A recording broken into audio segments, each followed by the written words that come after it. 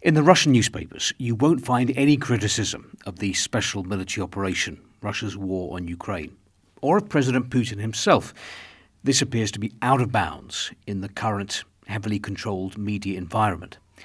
But sometimes you come across an article that criticises a major government policy or the trend towards growing authoritarianism in Russia. Take this editorial in today's Nezavisime Gazeta about the off switch for the internet in Russia, which is now ready.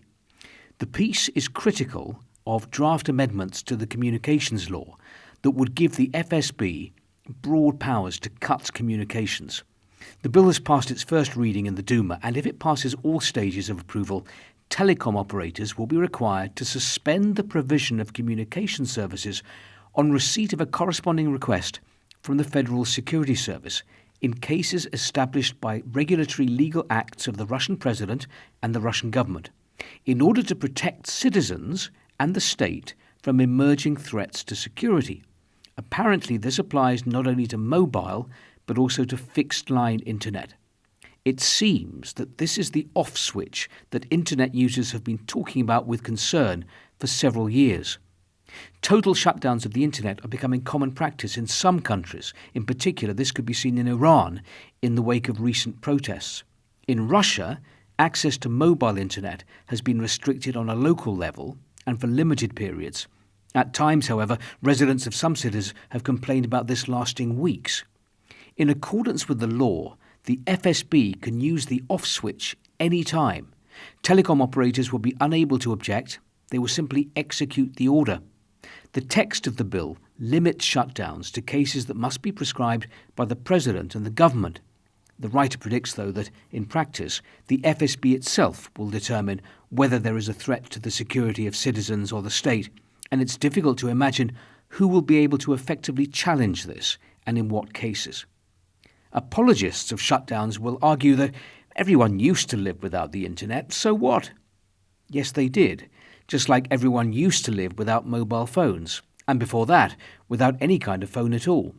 But since then, a modern urban society has formed, and one of the key features, one of the characteristics of development, is precisely the transformation of what was once a luxury into the norm.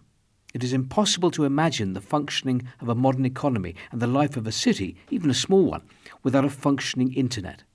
Hardly anyone will doubt that security is a core value. No state will ignore this. However, the constant rollback, click by click, to an archaic hierarchy of values contradicts social development. The language is carefully chosen, no names mentioned, but concern about the direction of travel in Russia is clearly voiced. I suspect that these kind of opinion pieces are still permitted here because newspapers in Russia do not have huge circulations. The authorities know that papers are not as influential in shaping public opinion as, say, television, and so a little more criticism is allowed in print. But as I said at the start, not of the president or of the war. But as we've seen over the last few months, what you will find in the Russian papers is discussion of the country's economic problems, like this article in today's Moskovsky Komsomolets about how the recent VAT increase from 20% to 22% has put up prices in Russia in 2026. Vodka, the minimum price of a half-litre bottle, has gone up by 17%. Fruit and veg by an average of 7.9%. Cucumbers are 21.3% more expensive, tomatoes 13.6%, potatoes almost 6%. An economist tells the paper that the rise in VAT looks absolutely inevitable and has a strictly targeted nature.